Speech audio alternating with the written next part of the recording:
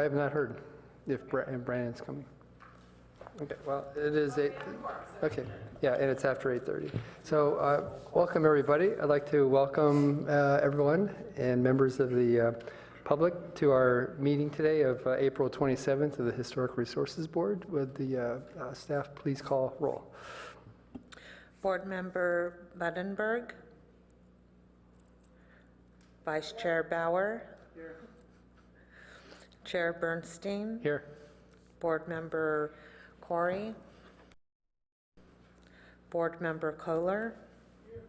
Board Member McKinnon. Here. Board Member Wimmer. Here. Council Member Holman. Here. 6 present. Okay, thank you. Next on our agenda is oral communications. The public may speak to any item not on our agenda. If there are any members of the public who like to speak, make yourselves known. I see none. Thank you. Next are if there are any agenda changes, additions, and deletions.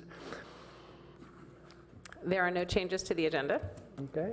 Under our agenda it says city official reports, Historic Resources Board meeting schedule assignments. Did I ever hear that there's a next meeting at a certain date? Yes, so we do have our regular meeting dates on our in our packet here showing as May 11th and May 25th. Due to lack of projects that are coming forward on the 11th, we are not, and absence, we are going to cancel that meeting and go with May 25th, assuming we have a quorum for May 25th. So just making sure we do have a quorum for that meeting because I do have some projects for that one. Okay, great, thank you. Next listed is Eichler Design Guidelines discussion only. Any comments on that? Okay, yeah. Yes, I just wanted to update you where we are on that. So we have a consultant, Page and Turnbull. I think I mentioned that last year. We had the council had approved that contract, and we had our first meeting at Mitchell Park on April 11th and had a good turnout. And we have a second meeting, a workshop with the National Register districts, Eichler districts. And that's going to be at Green Meadow Center. So it's focused on just Green Meadow and Green Gables, those two neighborhoods, because there are specific processes that go with those districts and concerns, perhaps. So we're going to go ahead and do that. Now, we do have a website that's uploaded. I can send you all the link to it, but there is a survey going on that people can take, click the button and answer the 10 questions. They're the same 10 questions, basically, that we asked at the Mitchell Park workshop. So that trajectory, it's in process. We're getting some interesting feedback, and we look forward to coming to the HRB as our first public hearing after these workshops. Okay. We don't have a schedule yet because we're developing, we're having workshops. Yeah, Beth, we'll need your light on to hear your comments. Vice Chair Bauer. Amy, did you say May 2nd is the next? May 3rd is next Wednesday, and it's only for those two neighborhoods, Green Meadow and Green Gables, and it's held at the Green Meadow Community Center. We're keeping it kind of small just to keep it to those two groups. Could I make a comment about Yes. the first meeting? I attended the first meeting, and I was astounded at the number of people neighbors who showed up for that meeting. When we did the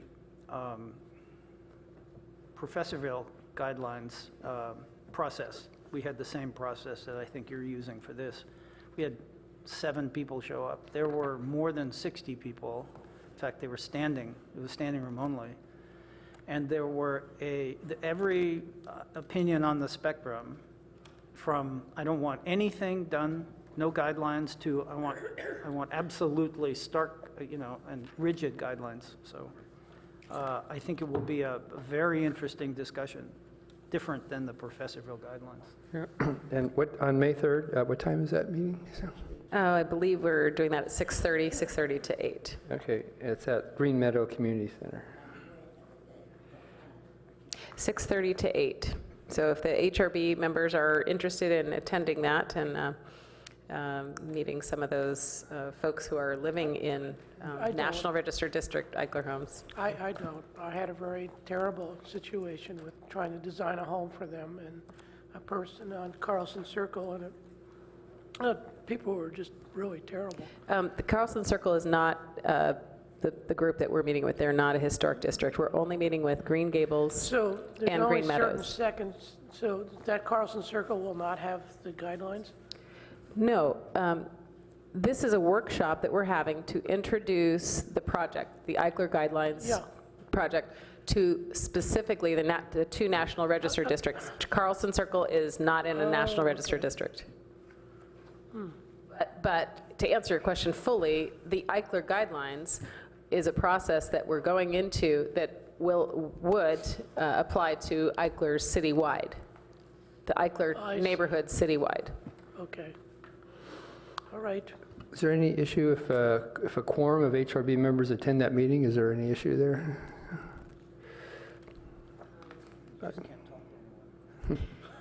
Yeah, I mean, I think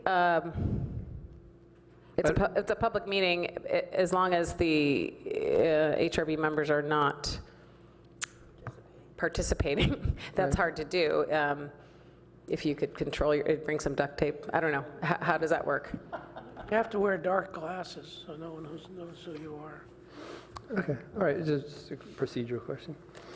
All right, thank you for that. Yeah, that's funny. All right, next under, yeah. Okay, next on our agenda would be a study session, and it's regarding Historic Resources Board discussion of Mills Act. Shall staff have any introduction of this subject? Sure, I'll just briefly cover the points that are in the staff report. I did do a background summary the last time that Council and the HRB had a joint session was in May of 2015, and we didn't have one last year, and I don't know, there's nothing on the schedule for this year yet. But at that meeting, there was some discussion about the Mills Act because it did appear as one of the incentives on our list of incentives for historic preservation. And I captured here Councilmember Du Bois's statement about that as far as what he suggested for the HRB to do. So I quoted that in our background here. And then I did a little bit of research looking at some other cities. I looked at Oakland in particular because that's where our historic planner went for his next job. And I thought, oh, that's interesting. It's very robust over there. They had a pilot program. They have a historic preservation element in their comprehensive plan. It's a very, very robust program. So I put some links in here in the staff report for anybody on the board or public to go in and find out about that. I do want to state that, and that's in the report as well, the Squire House is our only Mills Act contract at this point. And they have requested to end that contract, the Mills Act contract. So 10 years from now, basically, we will have no Mills Act contract properties in Palo Alto unless somebody else comes forward and seeks one of those contracts. So now is a good time to have that discussion because we're listed as a city with Mills Act contract program. And I think it would be nice to have one or two or more. Okay, thank you for that. I do see on packet page 17 where it says local criteria for eligibility. There are three criteria.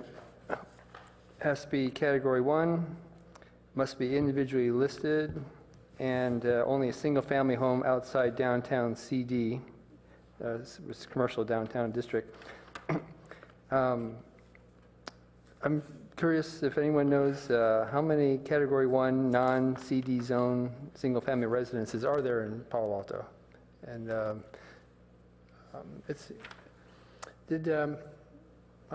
page are you on? packet page 17. Okay.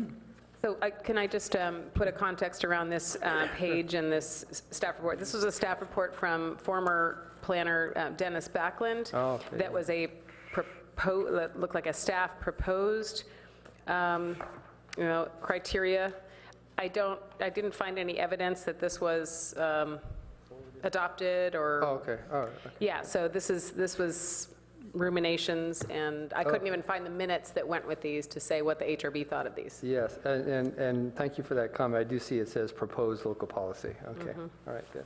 All right, but responding to Councilmember Du Bois' comment about what are some of the parameters, and so that might include in our discussion today, that does it have to be a Category 1 single-family residence? Can it be a duplex unit, for example? Does it need to be, can it be within the commercial? Anyway, so we have lots of flexibility that we can discuss today, because today is a discussion. All right, so I look forward to any, I'd like to also put on the record that Board Member Brandon Corey is joining us. Welcome. Okay, for board members, why don't we just head down and see if we're having any comments of suggestions? Day one for our next discussion on Mills Act. Good. Board Member Bunneberg.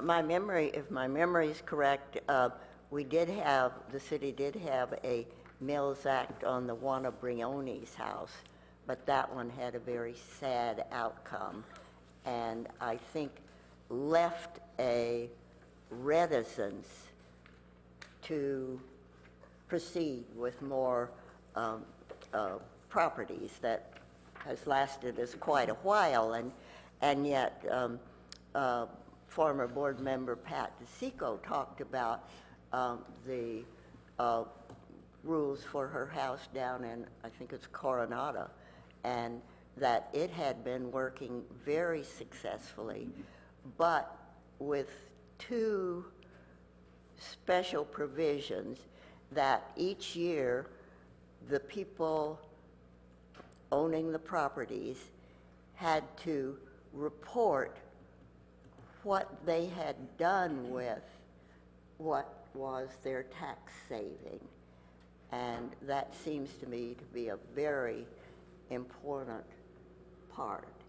And then I think the big question is, how do you lay out that plan so that property owners can see what steps they can take first and what needs to wait a while till it's another year or whatever.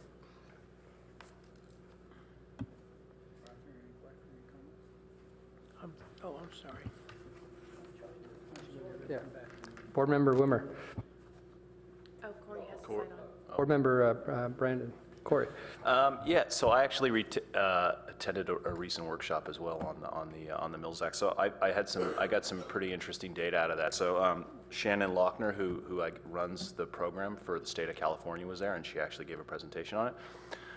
Couple things that were interesting. First, I heard there's 290 contracts in Santa Clara County, which is actually pretty extensive. I thought that was kind of that was surprising. I think Oakland has 50. So that was, and I guess that's not even in Santa Clara County. So it is. So I thought that was kind of interesting, given what we've kind of come to. Also interesting. I had asked questions and talked to a handful of people in other cities in the area who'd actually adopted this, and the overall. They kind of came to two conclusions. First of all, everybody was always nervous about the property tax impact, and while nobody had any conclusive data on any impact to the schools that they could put together. Of course, there was nothing that kind of discounted any possible impact either. But even Shannon had said she'd been doing it for a long time, and they'd never had any report of any really bad side effect from a school for this. And the interesting thing was a lot of cities, what they had talked about, Los Gatos, I remember in particular, had a plan where they tried to have like a pilot program where they added, say, they allowed for up to 5 initially as a way to kind of have city council feel better about the impact, and then they could kind of let that grow over time depending on how it went. And it seemed like they, of course, this isn't to say there haven't been any, but it generally sounded like that. That seems like a reasonable approach, because if you had more of a pilot program or some limited number to start with, then you could kind of gauge the interest as well, but then you'd be able to mitigate this by having a cap. So I thought that was that was pretty interesting. And then overall in California, there's many places that have it. I think San Diego has over 1,000 of them, they said. So it's all very, very city dependent. There's a lot of flexibility as far as the local designation and what you can do there.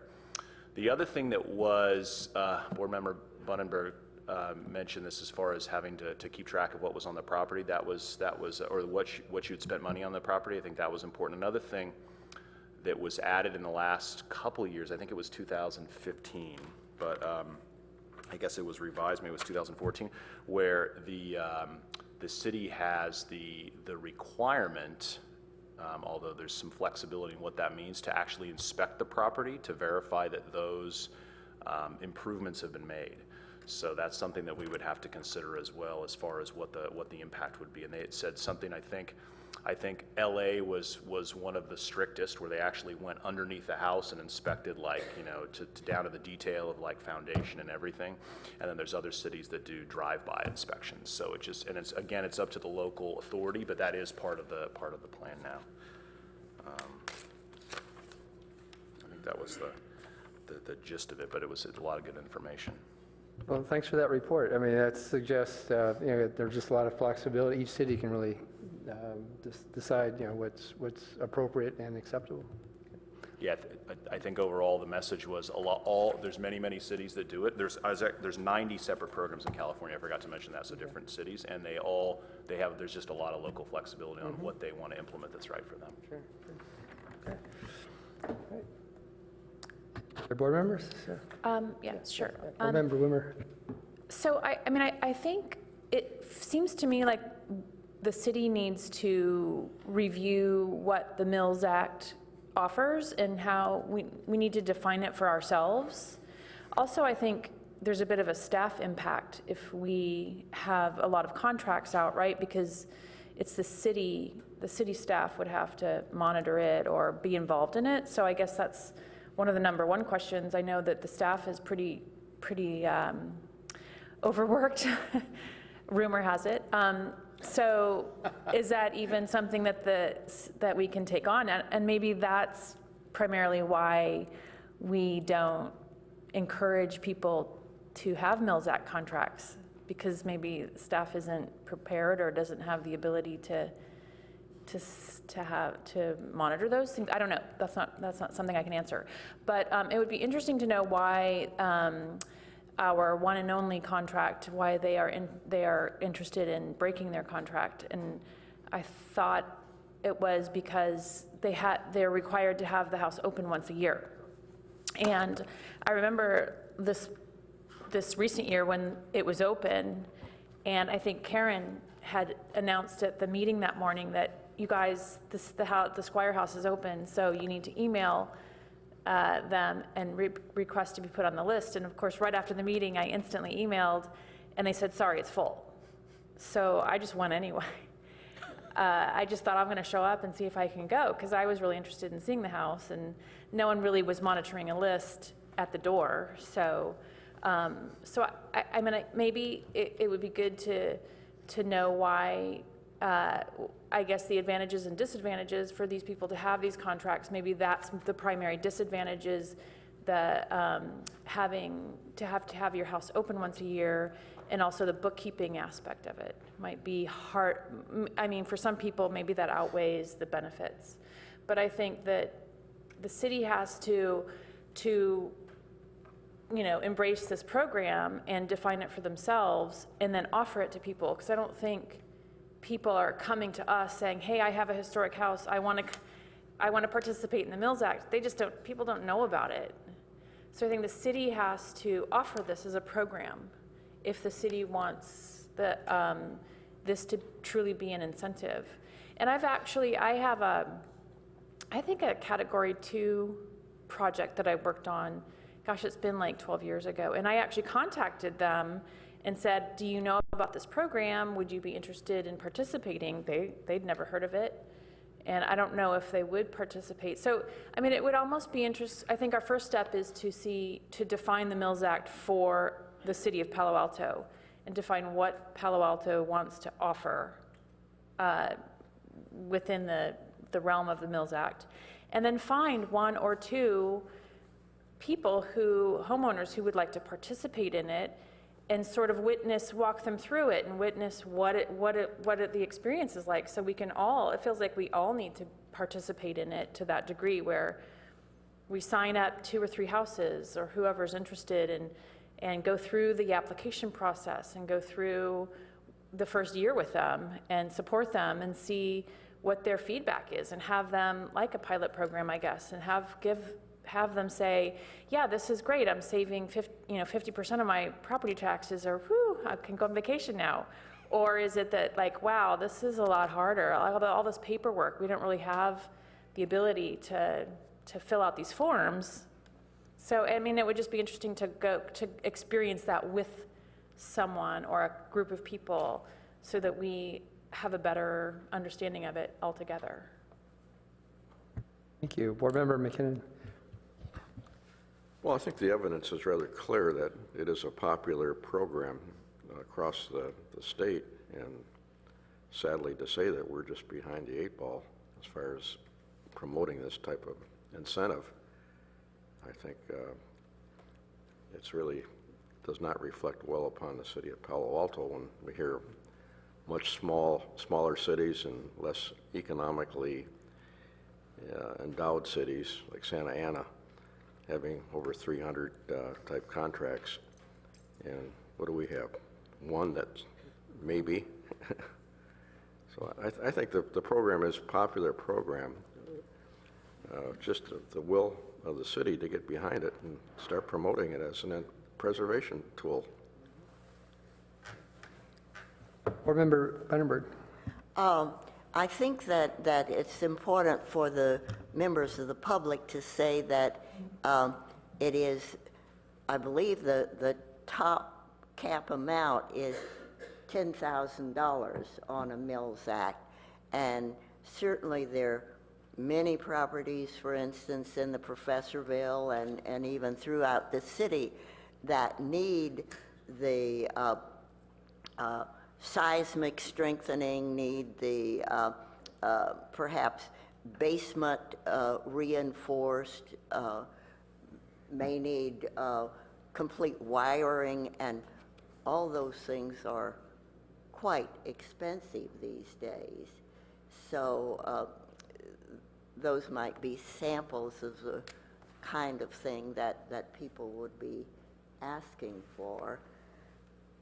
And I feel like it is a positive program, and that one that is well worth making at least a trial. The other possible problem is a reduction in the amount of money that the school district gets because it shares those incomes that we pay on property tax.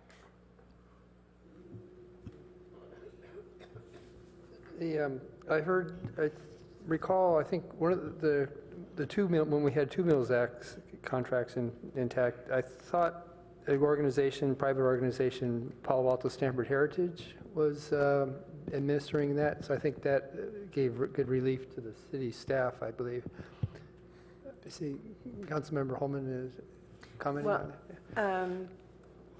I don't know about the Mills Act, but I've been involved in a couple of projects where covenants were put on the properties, and one of them on Melville, and that one, Palo Alto Stanford Heritage, is the inspector, if you will, according to that covenant. And that's, it's one example, but at least so far that one's been very positive.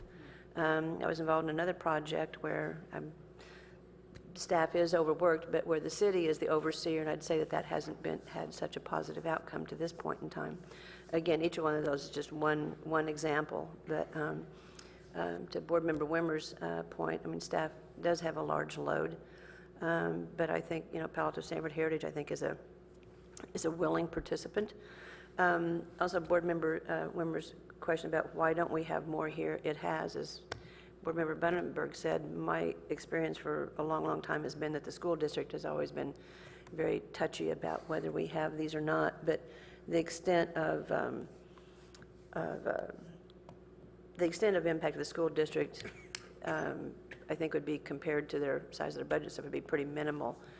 I don't know that I just don't know if there's a $10,000 limit or not. I thought it was kind of what the city and the property owner would negotiate as far as the agreement was concerned. There are also, something I haven't heard mentioned yet, is there are also like what kinds of properties. I mean, the staff report on page 17 that you mentioned, the reason for properties outside of the CD district is because there are other incentives there like TDRs and seismic bonuses and that sort of thing. But you might look at also what kinds of properties, like, you know, which kind of property is the most threatened. You know, I have my own perspective, but not for me to say. But you know, what's the most threatened, and is it also maybe to help somebody be able to get into a home in exchange for reduced property taxes and a covenant for the public's benefit on that home? You know, how do you? There are ways to flavor it, if you will, that you might consider as well. That includes even what categories are considered are allowed to apply for a Mills Act. And I always bring up the example of the former University Art Building's Category 3. So maybe the category is not so important. It's just the attribute of the historic resource. Vice Chair Bauer. So I share all of my fellow board members' comments. I'd like to move to a discussion of specifics, because I think that's where this discussion needs to go. I'd like to first say that in the seminars that I have attended, either on the web or in person, that the California Preservation Foundation has presented, the issue of property tax reduction is a slight misnomer. It's not a reduction, but a redirection of property taxes. In both the seminars that I attended, they pointed out that when a Mills Act contract is signed, the tax savings is actually redirected into preservation of the building. And the contracts specify that every year the homeowners have to spend the money that they're saving on their buildings. They can accumulate that amount, that savings, and do large projects with the approval of the building department or the planning department. But that's part of the definition process, and that's really what a Mills Act need.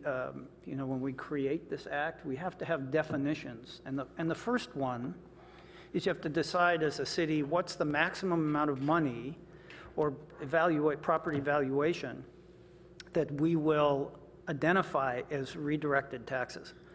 And again, both seminars, they said $1 million seems to be the appropriate level. That's the maximum.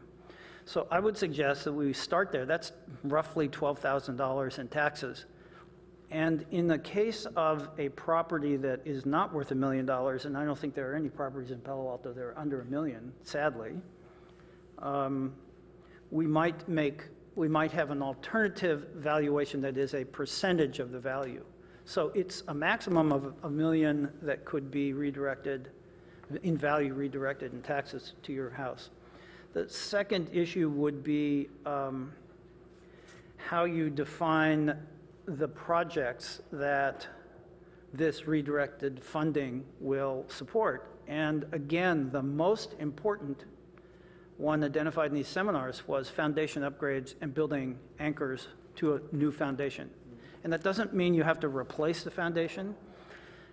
You can do parallel foundations, as I did on my daughter's house in the Liberty Hill Historic District in San Francisco, where we left the brick foundation intact, and we just built a new foundation next to it, and that supports the building. And the old brick foundation has some load, but basically doesn't take the earthquake loading. So in a situation where you have a foundation anchoring project, those are pretty expensive, and you're not going to do it for $12,000, especially if you are adding foundation or replacing foundations. So that might be a 3-year project, and it is, the homeowner would need to propose that to the planning department, create a set of drawings, and then create a funding program. so that the project is identified, specified in both timeline and cost and scope, and then the building department typically would manage the actual construction and then notify the planning department that the project is complete or that it's underway. So the next item is, and by the way, they suggest that the projects that this redirected funding would be targeted to would be foundations first, electrical systems, mechanical systems, plumbing, and roofing and outside enclosure, waterproofing, and insulation. So specifically, you don't want somebody taking their money and remodeling their kitchen, which might be needed, but not necessarily the best use of the funds. So definitions are really critical, and so your target projects have to be part of this.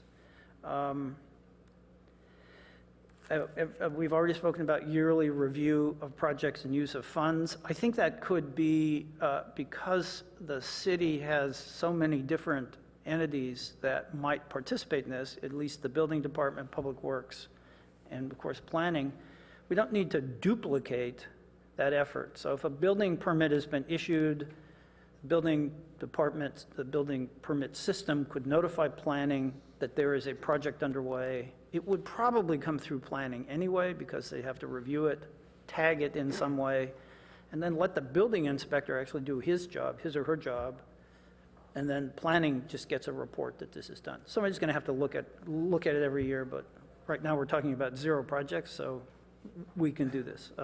We can figure that out as we go. I already talked about accumulation of funds for a larger project. They did say that these should not be more than 3 years. So if you can't do it in 3 years, you don't want to have a 10-year project, which allows a homeowner to accumulate $120,000, say, as the $12,000 max, and then say, oh, whoops, sorry, we didn't save the money, we can't do it now. I found the assessed valuation models in the Mills Act. There are 3 different ways you can calculate the value to be incredibly complicated. I don't understand them. And I read them, I've listened to the explanation in 2 seminars, and I still don't get it. So clearly articulated assessment valuation in the local ordinance is necessary, a clear description. So a homeowner, if I can't understand it after 2 seminars and as a Historic Resources Board member, I don't know how a homeowner would. I would make category 1 to 4 eligible. I don't see any reason why only category 1 homes need to be eligible.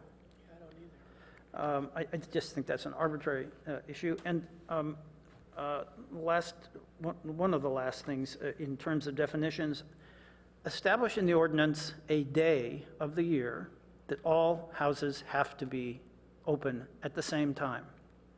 And we ought to establish in the definition what part of the house has to be available to the public.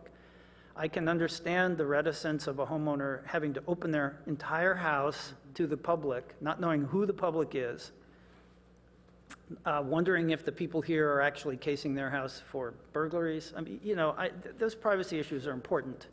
So I think there are ways of dealing with it, having a sign up, for instance, having a maximum number, a reasonable maximum number, and maybe have a 4 to 8 hour window, or maybe 2 days. So these are the things that I think we want to continue to think about as ways to accommodate the public access, but at the same time preserve the privacy of the people who are part of this. The homeowners who take advantage of this program have a benefit, and as part of that benefit, the public needs to see what it is. So I want to just finish by taking 2 examples of properties near me. I live in Crescent Park. The house next door to me was purchased in 1981 by friends of ours for $81,000. It sold in 2015 for $1.7 million. The property taxes prior to sale were $1,800 a year. The property taxes today are $20,400. And I'm using the 1.2%. They're higher because there are other school district ads. But that is clearly a tenfold increase in property taxes in one hit. There is another property on Hamilton Avenue that was sold in 2013 to a developer for $3 million. I don't know the tax rate prior to that sale, but the new sale was basically $3 million. So the tax rate in 2013 went to $35,000, basically $36,000. The new house was built on that, sold for $8.5 million. The property tax rate today, or in 2015 when it was sold, is $102,000. So we saw a fourfold increase in, a little less than fourfold increase in property taxes in 2 years. But if we could get to the original tax rate prior to that last sale, it would be probably in the $2,400 to $3,000 amount, because that house had been owned by the same family, a prominent local family in Palo Alto. I've lived in Palo Alto 66 years. I went to Palo Alto schools for 13 years, from kindergarten through 12th grade. I cannot remember a time when the Palo Alto School District ever had enough money. They have a budget, I think the last budget that they show in our materials today, that we got for today, I think the last budget was in 2005, $20 million. Now, I may be reading this wrong. They have a significant budget, they have a significant task, and all of the community supports the task. We're talking about $12,000 maximum per Mills Act contract. Even if we had 10 Mills Act contracts, it's $120,000 as opposed to a $20 million budget in 2005. It's higher, I know, today, because that's 12 years ago. I think we have a number of initiatives in Palo Alto that need attention. Schools aren't the only one. I know they're important, but this is a very, very small piece, and it's important to do.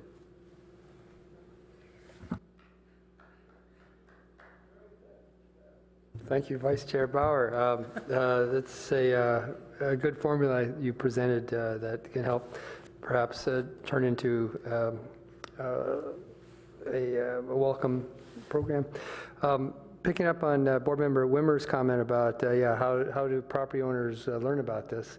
So I think that whatever kind of outreach program we encourage to happen and make happen, it'd be great. Okay.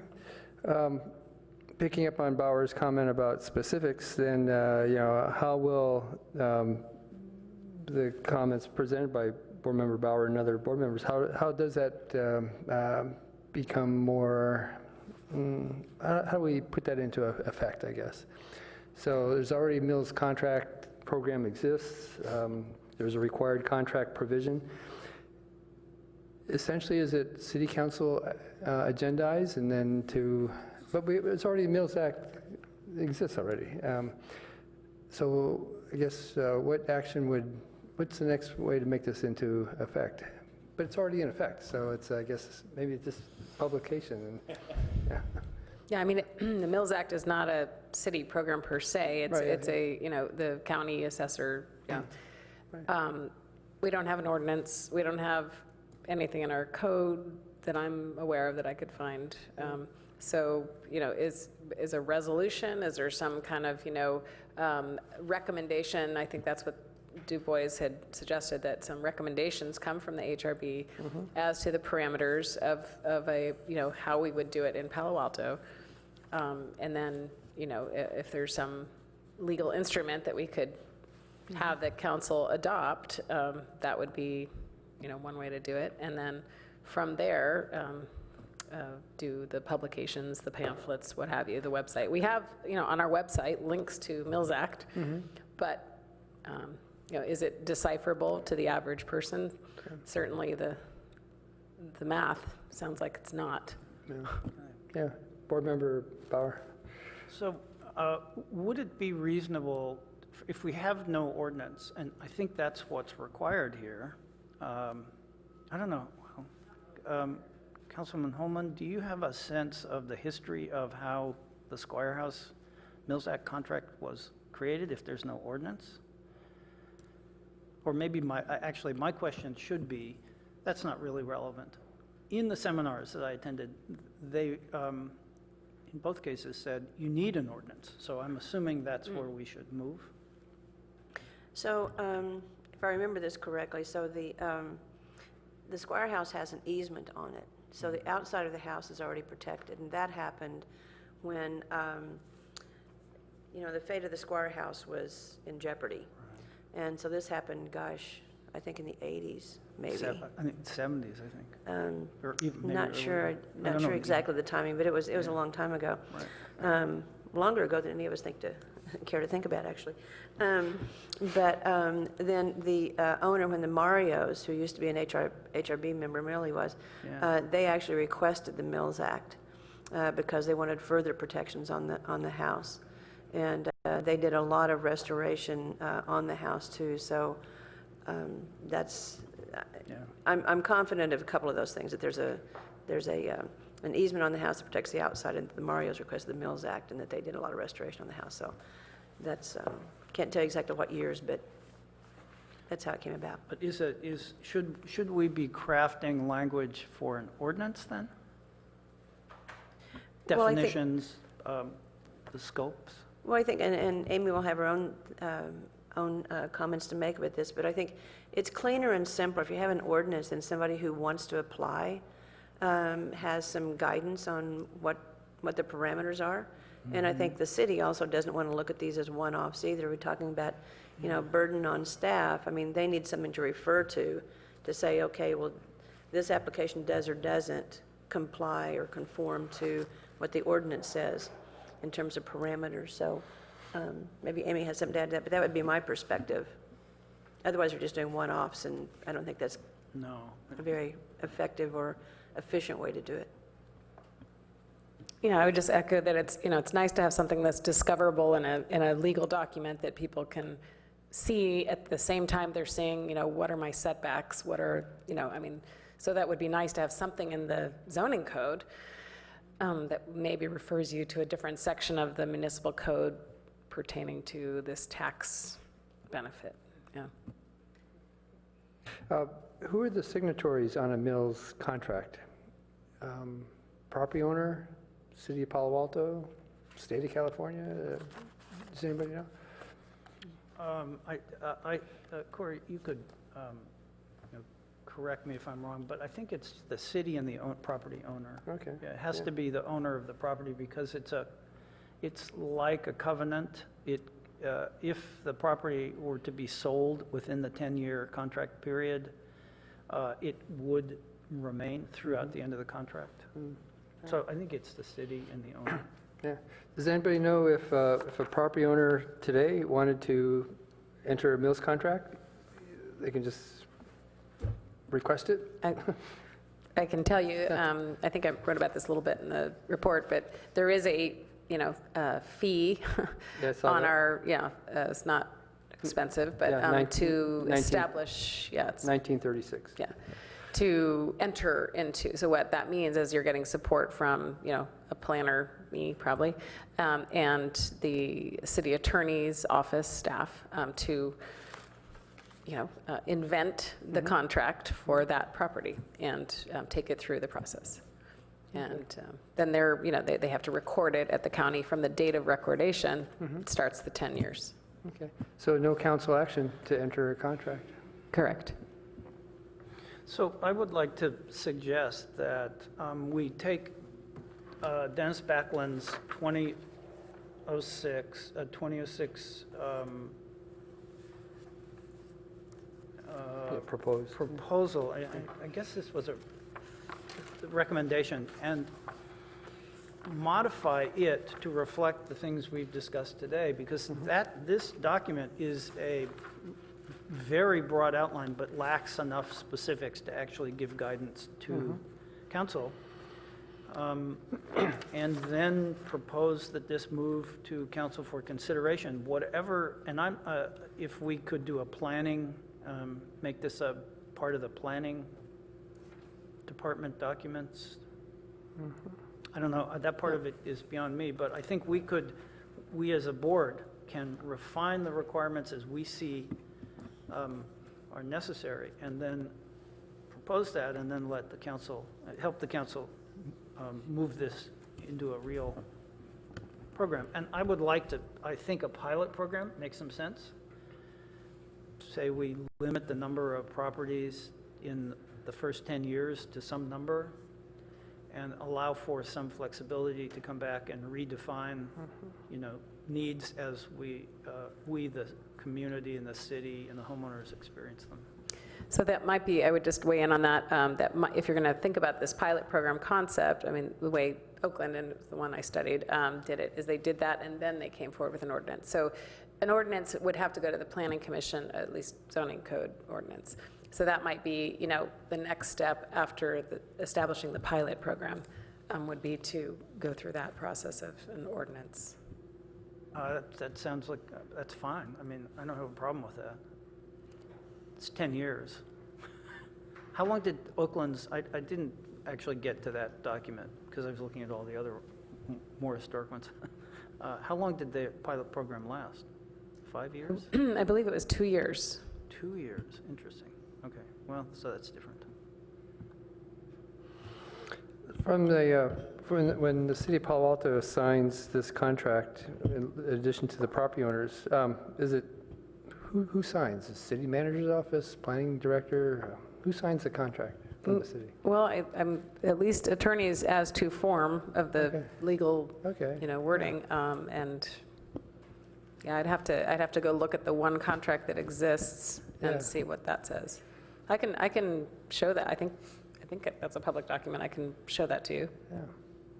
Well, Councilmember Holman. Oh, I was just going to say, I think it would be advisable for, because you're the experts on historic preservation, other than our city staff, so it might be good if, you guys took a look at the contract itself and see if you saw any holes in it or any suggestions, recommendations based on past history or what you hear from other communities. I have to just make a Yeah, Board Member Kohler. modest comment about time marches on. You look at this date here of regular meeting, November 5th, 1997, talking about what we're talking about today. And I see that Martin Bernstein was on the board and I was on the board. And I didn't know you'd been on the board that long, Martin. But it's just amazing to think how things go. I think it's about time maybe we would do something after 22 years of mulling it around. It's a good idea. I vote for it. Board Member Wimmer.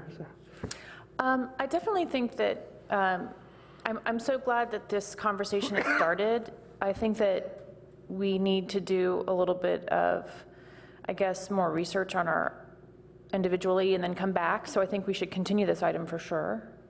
And maybe a month from now, so we can continue this discussion. But I mean, I know that I've done a little bit of research on it like 2 years ago. I wish I had brought that. I kind of forgot where I left off because I was looking at some information that you had to do an application through the county. So I'm going to go back and see what research that I had done. But also, I mean, Pat DeSico, a past board member, she, maybe we could even, so she has a Mills Act in Coronado, but she also has a significant historic house in Palo Alto. I'm just curious to know why she has not sought out having a Mills Act contract on her house in Palo Alto. That would be an interesting question to ask her. And maybe she could participate in our pilot program. I don't know. It's just a good question. Member Corey. So I had asked around about this a while ago with some of my neighbors as far as, and the feedback that I got, and this is actually, I think, going back even to Dennis's time, was that there is no process for getting a Mills Act. So people clearly don't know that this is the case, and that if anyone, if you wanted to go and approach that, it would definitely have to be brought to City Council to be approved because of the cost impact. So that's, as you know, maybe that was 5 years ago, but that seemed to be the consensus from the people who did know about it, who had actually contacted the city, and we're told that there's no process right now beyond what the existing ones are. Maybe this is hearsay, but there's no published process. So those who had contacted Dennis, it sounded like there wasn't a process in place. So it was kind of an unknown. Board Member McKinnon? Well, I think the evidence is rather clear that this is a workable program. It's been demonstrated through a number of different communities throughout California. I think it's just we're just dragging our feet here, saying that this is how to do this thing. Every other community in the state is doing it. Let's move ahead and do it. Okay. You know, if we keep thinking of reasons why we can't do it or the technicalities, it's never going to happen. We got to get behind it and push it. Okay. Board Member Corey. So I can volunteer to contact the state and see if we can get any up-to-date contracts or any various contracts they have, because they certainly seemed willing to. She certainly seemed willing to help, and I got her card and we talked for a while. So I can do that if that's helpful. Yeah. Thank you for that. That may suggest a subcommittee that takes a look at this. Board Member Bunenberg. The last Mills Act discussion that I remember attending, there was some talk about it's really important to tailor it to your community, was one of the points. But on page 18 of our packet, in our packet, there is a list of basic things that are usually included. So we at least have that much of a framework. Doing the idea of specifics, as Vice Chair Bauer suggested, I think will be really important, because as Board Member Corey mentioned, because one of the signatories is a representative of the City of Palo Alto, and that may be then a council may have to approve entering that contract, then having the specifics so that if any school administrators have issues with property tax, if there's some limit of that, then that can help reduce any anxiety of the school district regarding loss of revenue. Board Member Corey has suggested to be part of the to take a look at this. How's the board feel about creating a subcommittee to examine this? Yep. Great idea. Okay. All right. We have one board member volunteered to be on that subcommittee. Board Member, Vice Chair Bauer. We can have up to one more, and then Board Member Wimmer. Okay, would be the subcommittee. So it'd be Vice Chair Bauer, Board Member Corey, and then former Vice Chair Wimmer to be on the subcommittee for this. Great, good. So, Amy, You need your light. could you send us find the contract and send it to the three of us, any documentation like the actual contract? And then maybe a moment after our meeting, Margaret and Corey and I could get together and just plan strategy. I guess you could, if you wanted to, I heard come back in a month, so the meeting in a month would be the meeting of May 25th. So if that is of interest, that the subcommittee could come make a statement there about what you'd done.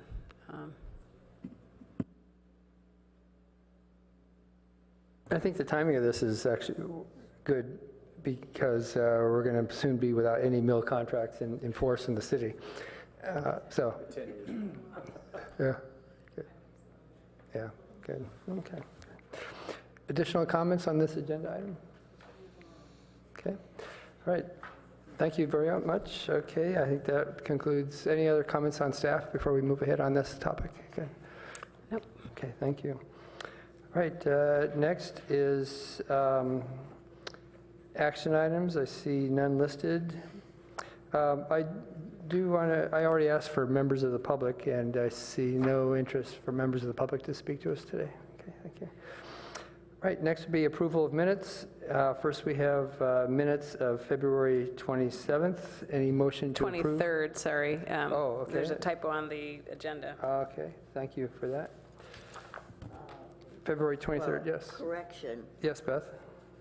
All right, this is for the minutes of February the 23rd, and on page 17, it says, mentions a house on Coleridge, and it is spelled C-O-A-L, and then the word ridge, which is very phonetically correct, but is not the way we spell it. So it should be C-O-L-E-R-I-D-G-E, and it's named for an English author, Samuel P. Taylor, Coleridge. Well, the robots aren't perfect, Beth. I'd move to approve the minutes if there are no other changes. I have a modification that I would like to suggest. On the March 9th meetings on page 1, So do you want to start on the, why don't we do One at a time. one at a time? Okay. So we're still February 23rd. okay? Then we'll catch it that time. Okay, it's been moved. Any second for approval? Okay, it's been seconded. wait. Okay. We have to have a second before we vote. No, we didn't. We have these 2 seconds. Oh, Yeah, okay. okay. It's been Okay, Roger or seconded. Beth? 2 seconds. All right. I moved, and Roger and Beth jointly second. Great, good. Okay, all is in favor, say aye. Aye. Opposed? That passes unanimously. Next is agenda, our board meetings of March 9th. Board Member McKinnon?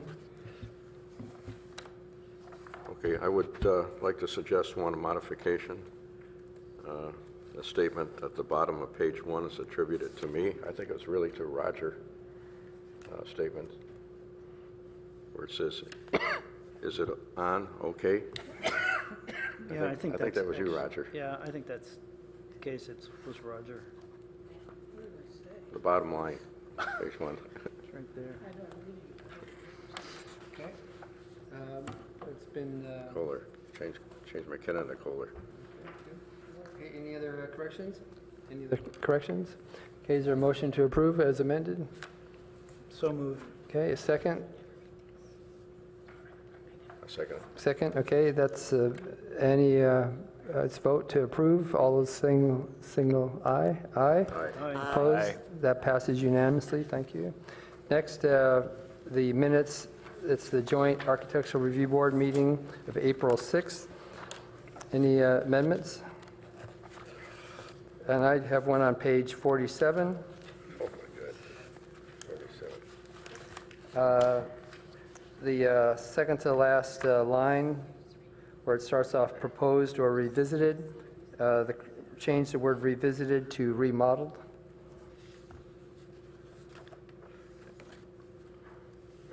And then on page 48, near the top, it says Board Member Kohler talks about compatible with the little one-story homes. I believe, Roger, maybe you meant to say the one-story commercial buildings?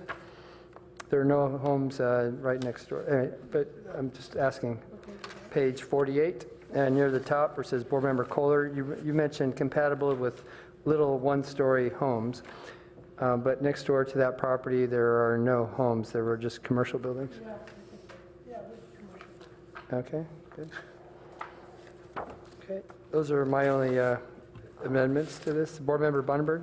I have one on page 43, and it is talking about the Peninsula Creamery, and Bunneberg commented that it is a little somewhat and it has inaudible, and I'm sure that I said streamline, modern structure.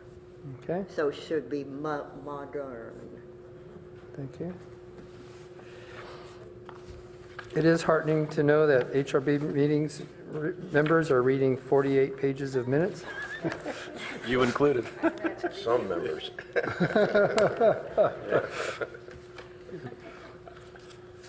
Okay. All right. Any other corrections before we move? Any move to accept these amendments?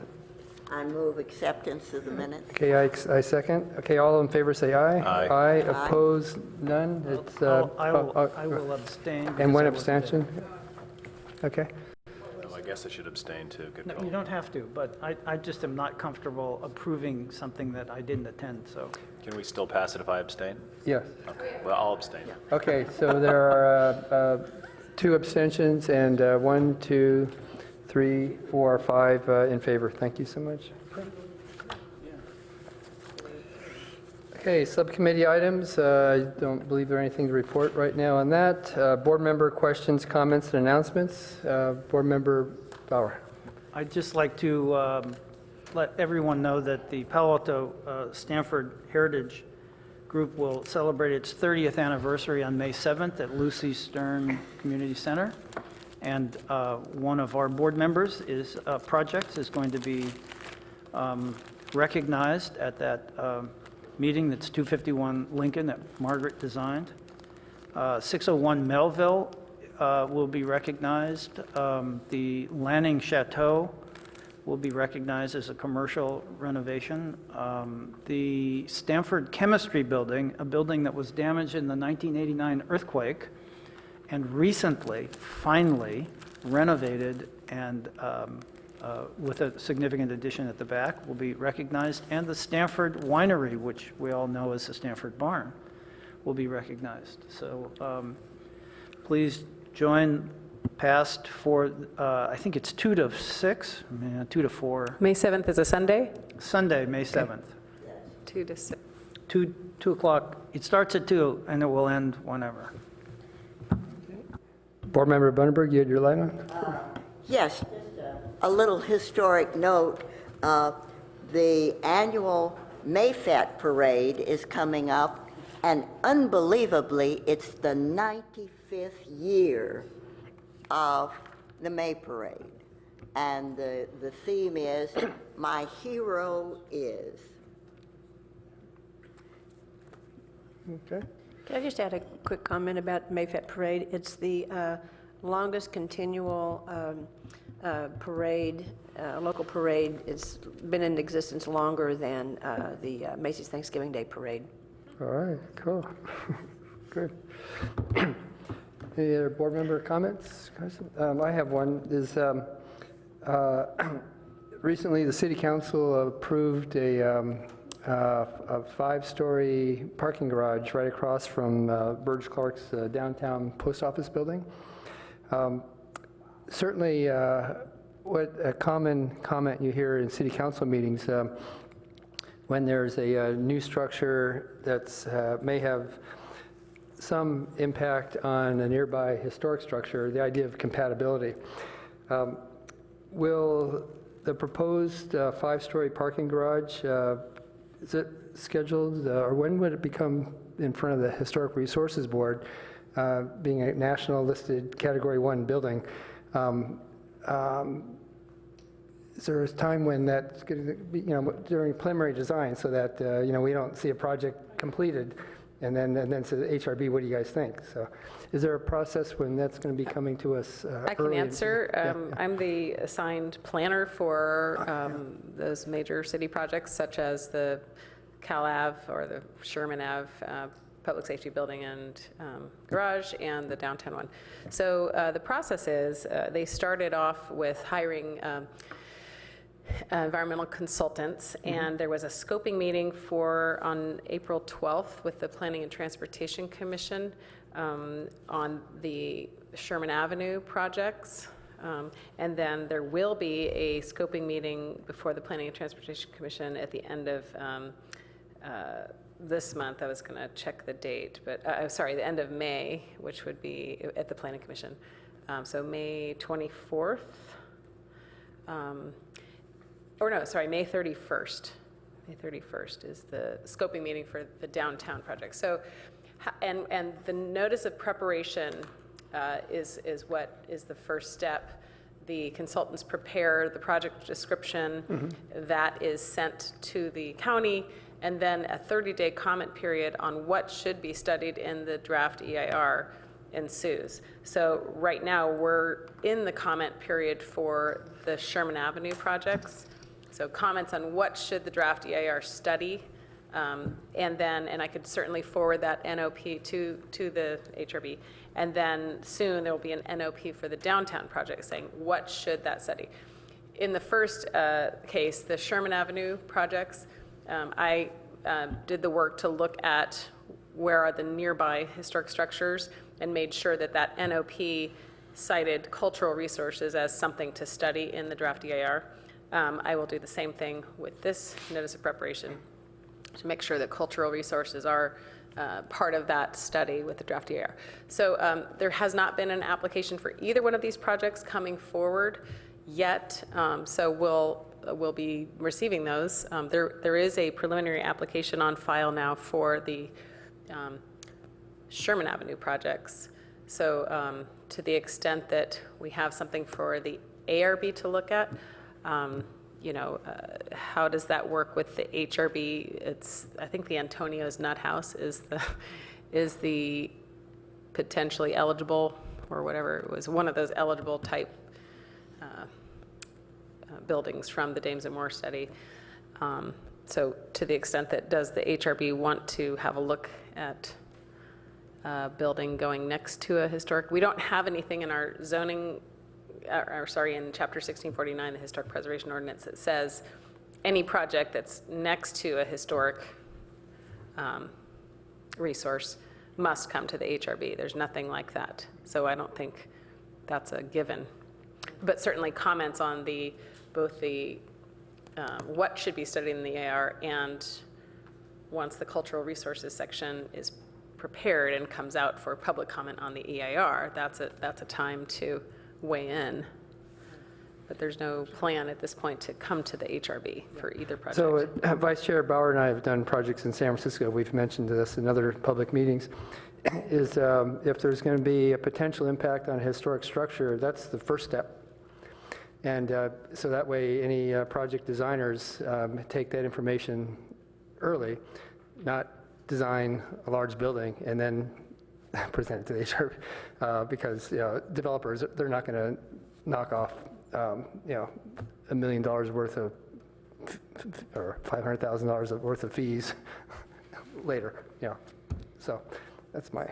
To the extent that the HRB would like to, I guess, agendize a discussion about what does our ordinance say, and how does, when there's a building across the street, the ordinance doesn't say, and go to the HRB to discuss a building across the street from a National Register landmark. It just doesn't. Thank you. Councilmember Holman. Yes, I was just asking Amy earlier. The board has commented on some of these things previously, and I was just asking, what the next steps are on getting some of that stuff to come forward to compile it and get it into some kind of document to, present to the board and have final discussion on it, and then get it to council and for a potential joint session or recommendations for council. So you've had a lot of good conversations. I applaud you for that. They've been really good, conversations with a lot of meat to them. And so then what's the next steps with that? I would hate to see all the conversation that you've had and the good work that you've done be, showing up in a staff report 2 years from now, like the Mills Act contract discussion. So you might want to think about that. Vice Chair Bauer. Isn't the downtown parking structure partially underground? Or is it all 5 stories above ground? Newspaper is talking about 2 stories, I think, down, and then 5 stories up. So it'll be 7 stories altogether. So it'll be as big as the AT&T building? Jesus. Anyway, so that's basis my comment. It's, just like we do in our businesses, you get all the information first and then design, don't design and then say, no, what's the impact? So, all right, is there any, let's see, so far as an action to find out, how do we encourage the designers to talk to us first? There's no requirement that happen. What can the HR, any suggestions from staff of how that communication happens to the designer to hear from the HRB? Board Member Vice Chair Bauer. Maybe we could fold that into the discussion about HRB reporting directly to the council. That has been sort of on the back burner because I need to meet with Amy to work out, to understand where the ordinance, the actual ordinance needs to be changed. And it seems to me that's an that opportunity of having direct reporting to the council would invite this kind, a similar ordinance change. It says that, what is Michael, what is your term? Something, it's... Well, this is, in federal terminology, this would be clearly an area of potential effect consideration. Thank you. How that works and translates into local municipality language, I'm not quite clear, but it's the area of potential effects really is if you have a project, you have control of it that impacts the historic resources, you must take into consideration the actions before you implement your plan. Okay, so if we're going to make a recommendation to the council to have the HRB report directly to the council or to the planning director and not through the ARB, we also ought to, I think we could take that opportunity to add language that includes the area of potential effect of a project on an historic structure or within, so it's on the structure or within an historic district or so downtown district or Professorville or whatever. So I guess this is kind of getting into a longer discussion, but we have a CEQA review process. California Environmental Quality Act allows us to look at impacts on historic resources as part of it. So to the extent if there's an adjacent historic resource abutting the site and putting a garage, let's say, could, with the vibrations and the whatever activity, cause damage to that structure, that would certainly be something that is, an impact to be looked at and, and mitigation measures developed around that. When we're talking about a historic district, which the downtown is not a historic district, it's an important area with lots of historic resources, but it's not in and of itself a district that's historic, National Register historic. So, okay, the downtown isn't an historic district, yet all projects in the downtown zone potentially come before the HRB. So, no, that's not true. So what triggers an HRB review of downtown buildings? I just feel like we're getting into a larger discussion, and I would want to Sure, but so this is old business, and this ties back to the, so maybe I'll visit this with you privately. Could I just tell me again where the site is? We're talking about this giant garage? the downtown parking garage, which is going to be scheduled for scoping session at the end of May with the Planning Commission, is across the street from, is the surface parking lot that is across the street from the post office and next to the AT&T, or is that what it is? What is that building? It's across the street, but not next to it. It's not next to the post office, correct. The reason I brought this question up is the council hears often enough from members of the public about the idea of compatibility of new large structures next to culturally significant structures. and then there's appeals and all that stuff. So again, if the designers are taking into consideration historic concerns early, then it's just being, I mean, it makes this, I think, a smoother process. At the Planning and Transportation Commission meeting on May 31st, I've seen a few instances where board members will speak at a meeting like that, and then that board member needs to be recused from any future conversations. So, boy, scoping meeting, that'd be a good chance for HRB members to speak, but I think there's limitations on how that can happen, unfortunately. Yeah, go I ahead. would suggest that if you have, because the point of that meeting is to allow the public, any member of the public, including HRB members, to state what they think should be studied in the draft EIR. That is not putting bias by asking that the consultant study X. Could I just add that, since there's been conversation about the parking garage, to use that for an example, HRB members are always, and I would hope encouraged, to comment on the EIR, the DEIR. Scoping is one opportunity, but then the comments on the DEIR also. Whether a project comes to the board or not officially, board members could comment on the DEIR. And anybody who isn't familiar, it's like any comment that's received, Amy and I were kind of laughing about, and Winforth are kind of laughing about some of the comments that come in response to the former preservation ordinance. But no matter what the comment is, there is a requirement that all questions and comments be responded to in the final EIR. So it doesn't help to make comments at the final EIR. You have to make the comments at the DEIR stage. Yeah.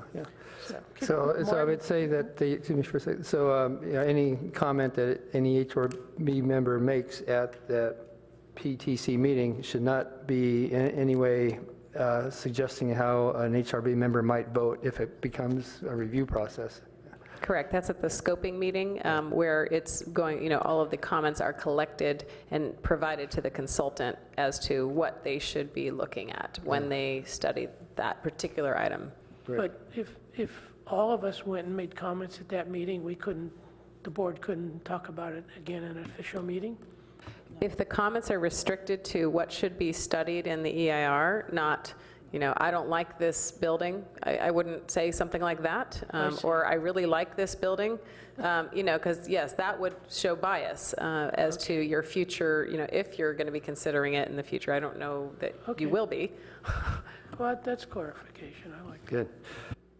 Good. Thank you for that. Those are any other board member questions, comments, and announcement before we move to adjournment?